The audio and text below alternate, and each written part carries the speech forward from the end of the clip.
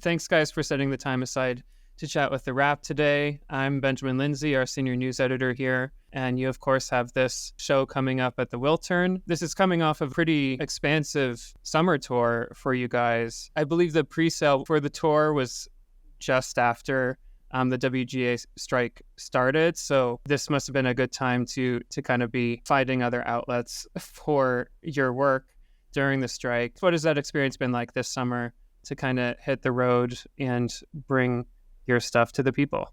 Well, first of all, thank you for having us. Yeah. Nice to meet you. Tour was great. We did like 30 cities-ish, I think. And it was our first ever tour, first time doing theaters. And it was so much fun. It was crazy to see how many people care. It's hard to feel like you're not just doing it in a vacuum when you're not seeing people's faces. So it was really cool, really exciting. And we started out as live performers, so it was fun to get back to doing stuff in front of an audience, which we hadn't done in a while. But now that we've been back in New York for a week and a half or something, I'm I barely remember the tour. Do you guys feel that way? I don't remember it at all. Feels like it was 10 years ago. Yeah. It was so cool though. Before doing videos or anything, we did the show at Vaughn, and we've said this before, but it's true. Of there would be 12 folding chairs in this basement of this bar, and most of the time for our shows, they would be half full.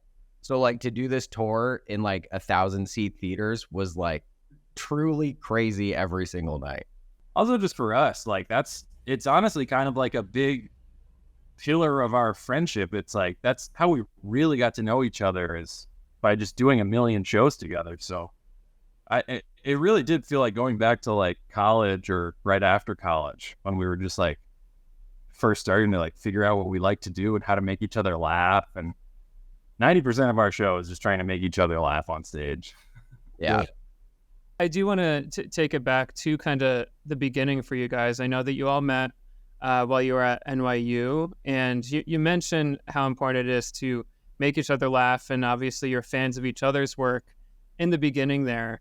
But how did you kind of discover that you had this chemistry, that you being a fan of each other is a bit different than actually being collaborators? So how did you figure out that you actually clicked in that way and that you had something here? Ben brought us together because Ben knew Mark from doing stand-up, and he knew me from doing, we were on this sketch group together called Hammer Cats.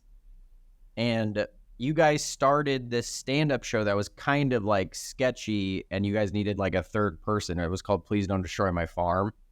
And Ben played a evil businessman, and Martin played a poor farmer. We needed someone to dress up like a cow and not speak the entire show, and then do a monologue at the end and then kill themselves. Yeah. And we thought of John for that, or Ben did.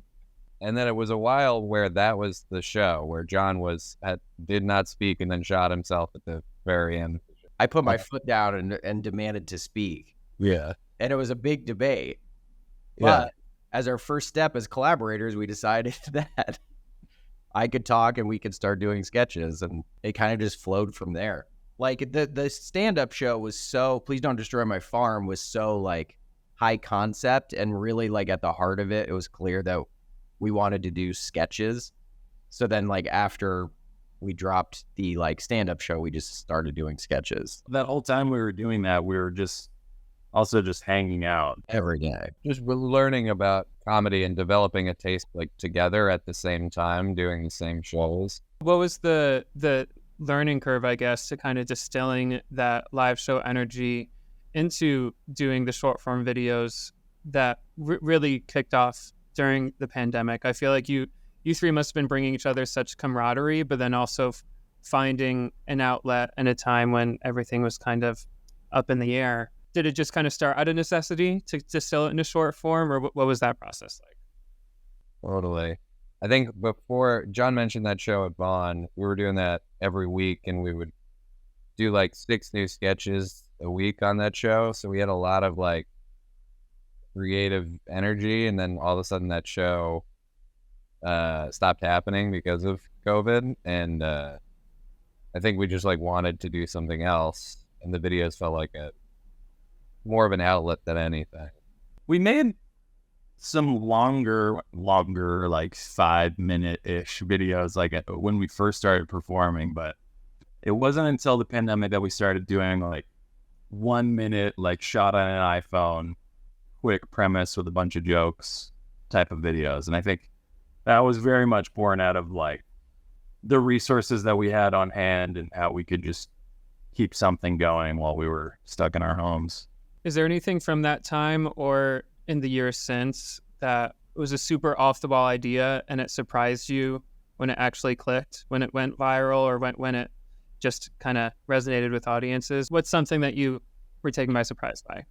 The Netflix doc thing. I was so glad that people liked that. More relieved than anything that it like worked, because it took so long to like get my friend's dad to film himself as a talking head in a documentary, send that footage to me, edit it, and then put it like on the TV. That was like a 2-month-long project. Oh, wow. Like that wouldn't work necessarily as a stage sketch. Like that is relying on the medium to be successful in a way. It's weird because it's like, I think if you like our videos, you still get that kind of energy at the live show, but like we can do stuff that is outside of an office or an apartment. You know what I mean? We can play like different characters. We can like expand the world. We sing songs. Like it's this different side of us that's really fun, where it's like important for us to, you know, play into the medium that we're doing it. So this is a different thing that people haven't seen of us before.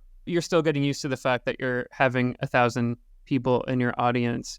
What was the point that you really realized that this was hitting, and Please Don't Destroy actually had an audience that was paying attention to the videos? Then, of course, in the years since with all the work that you've done.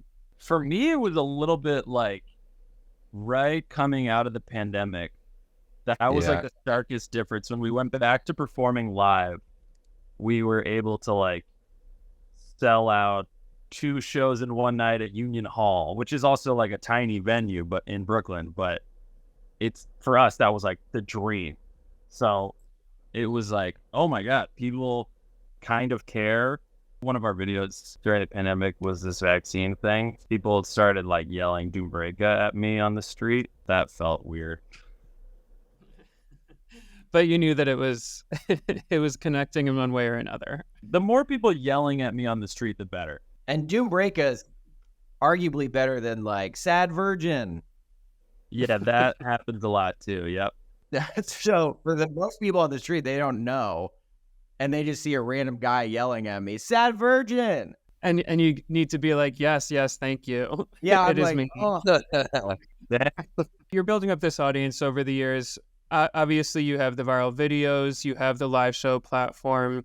A whole other ball game is kind of the national TV platform. I'm curious what the culture shock of that growth has been, whether it be you interacting with celebrities or you just knowing that you're on kind of national TV, for instance. Has there been a culture shock to the success? Yeah. No. I think like all of us grew up just like huge SNL fans.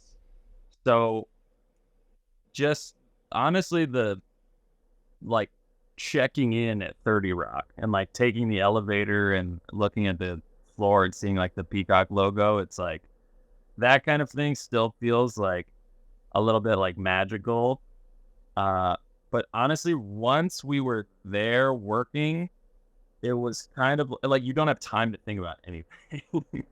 And it's just kind of like go, go, go. So we were really like thrown into the fire. And I think our second week on the show, we had a video on.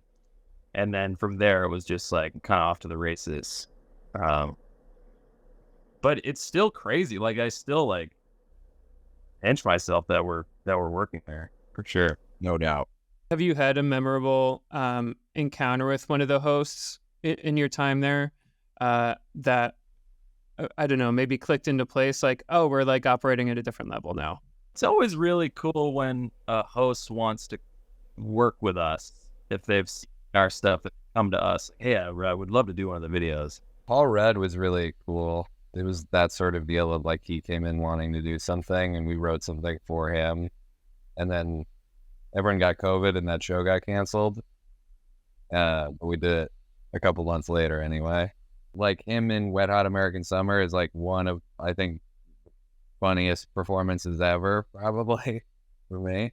And yeah, and just that it was cool to see someone who was such a pro and so nice, and also like talking to us as peers was just like, whoa. Yeah.